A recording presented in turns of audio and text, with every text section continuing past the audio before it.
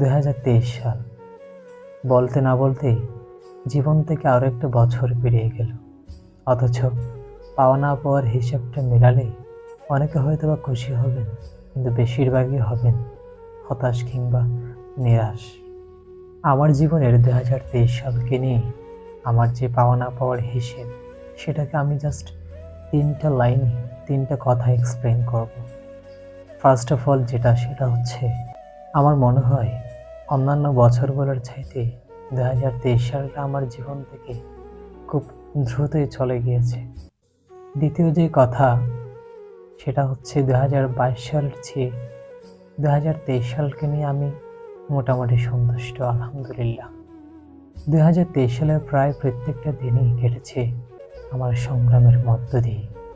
অনেক চেষ্টা করেছি, অনেক কষ্ট করেছি ভালো একটা জায়গায় পৌঁছানোর জন্য।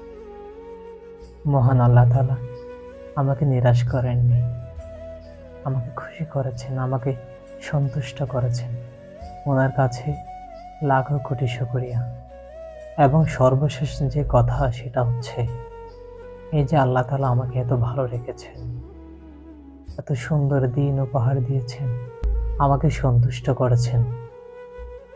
আমার মনে হয় না এর যথাযথ শুকরিয়া আমি আদায় করতে পেরেছি। জেনে না জেনে অনেক গুনাহ করেছি, আল্লাহর কাছে মাপ চাই।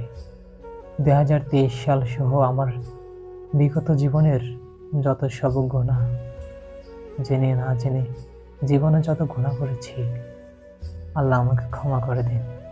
2024 সাল সহ আমার আগামী ভবিষ্যতের পুরোটা জীবন যেন কাটে পুণ্যের মধ্য দিয়ে, আল্লাহকে সন্তুষ্ট করার মধ্য দিয়ে, আল্লাহকে খুশি করার মধ্য দিয়ে। 2024 সাল সবার জীবনে বয়ে আনুক সুখবর। 2024 সাল কাটুক সবার আনন্দে, খুশিতে, সন্তুষ্টিতে এবং আল্লাহকে খুশি করার মধ্য দিয়ে। সবাই ভালো থাকবেন, সবার জন্য শুভকামনা, দোয়া করবেন। আসসালামু আলাইকুম।